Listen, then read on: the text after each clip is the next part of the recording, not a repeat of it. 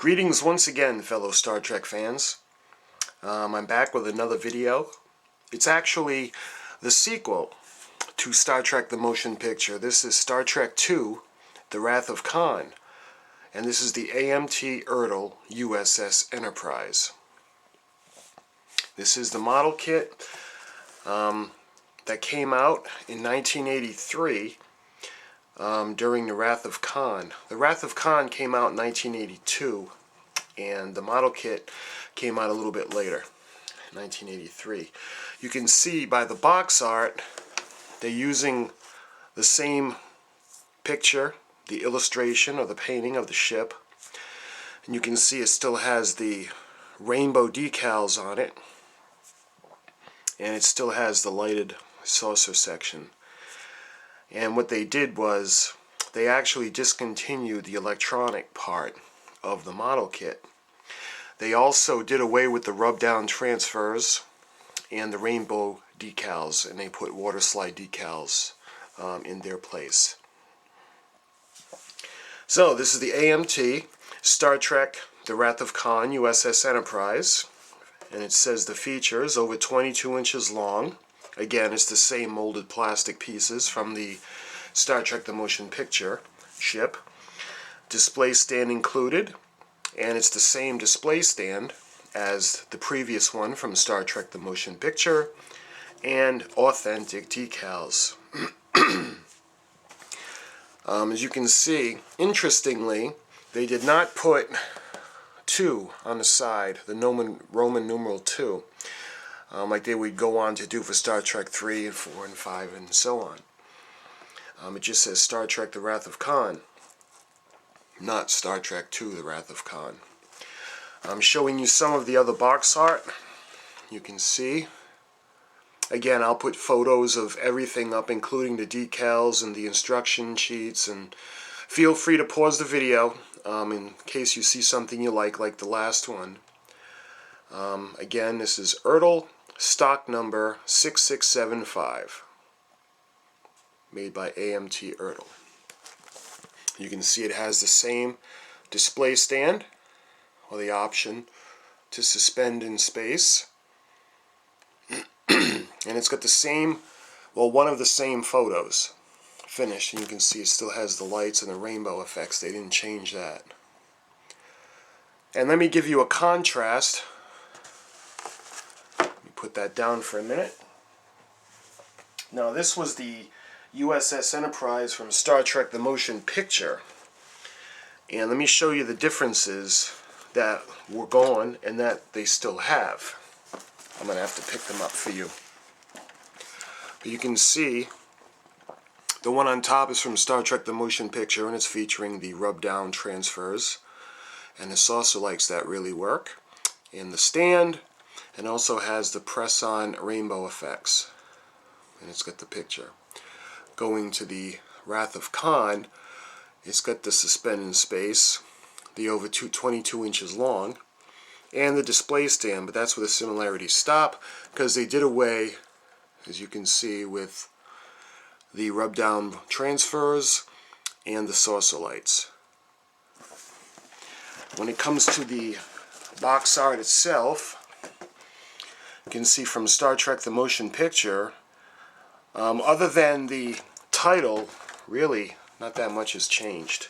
You can see Star Trek the Motion Picture, and this is Star Trek The Wrath of Khan. They're really the same. On the finished side, where it's showing the finished model, it's got Admiral Kirk, and it's got the date of 1983 release, Paramount Studios. And again, the finished model has the same. It's a little misleading when you're looking at the box, because it shows the reflector dish. And if that's painting, that's a really good job painting it to make it look like it's illuminated. And of course, it is not illuminated. But again, giving you the contrast, I'll put the Star Trek the Motion Picture one on top. Let me get it to the same side. Instead of the Admiral Kirk, it had the Matchbox logo, because it is Lesney owned. And the one on top is Star Trek the Motion Picture. The one on the bottom is The Wrath of Khan. And you can see they're pretty much identical all the way through to Admiral Kirk and the Matchbox logo. That being said, let me put the motion picture one aside. I just wanted to show you guys what had changed on the kit since the last release. Of course, the motion picture one came out in 1979, and this one came out in 1983. The USS Enterprise. And you know, the Star Trek II, The Wrath of Khan, our beloved Enterprise, I mean, she really gets beat up in this film.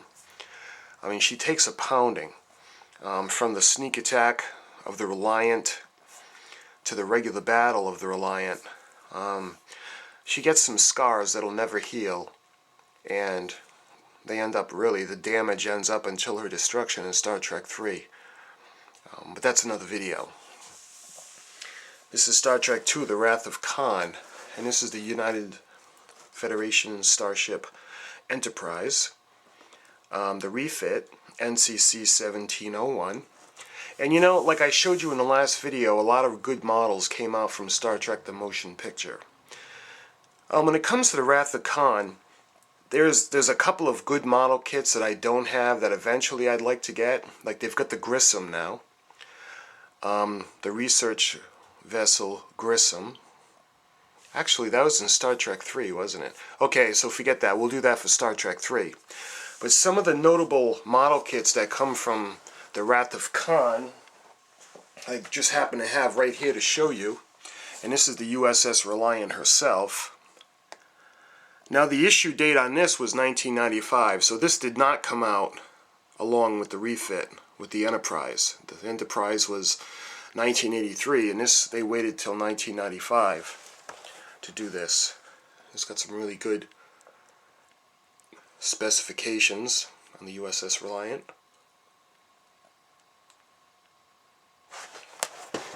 Let's see what's on the side. Again, it's just the scale. This model is 20 inches long, whereas the Enterprise would be 22 inches long. And round 2 models have come out with another one, the reissue of this, where they've got the base, because this one doesn't have a base, and I guess the other one is a little more accurate to the studio model. But that's another kit from inspired by the Wrath of Khan. And one other interesting product, I don't know if you guys have heard of this one or not, but the Diamond Select have a USS Enterprise from the Wrath of Khan, and this is the destruction version. This isn't the final flight. That one is from the Search for Spock. This one is when she's all scarred and beat up. And funny, they put the destruction on the box, but it's actually Star Trek II, The Wrath of Khan, and we know that she didn't meet her fate until Star Trek III, The Search for Spock. This shows you some of the things that it says, and you can see the saucer section, and I don't know if you can see the Aztecing. It's really nice. They do so much detail. The Diamond Select models are really, really nice. Show you what's, and again, on the side of the box, that's from Star Trek 3, when the Enterprise is destroyed, falling back into the atmosphere. And they have the Star Trek the Motion Picture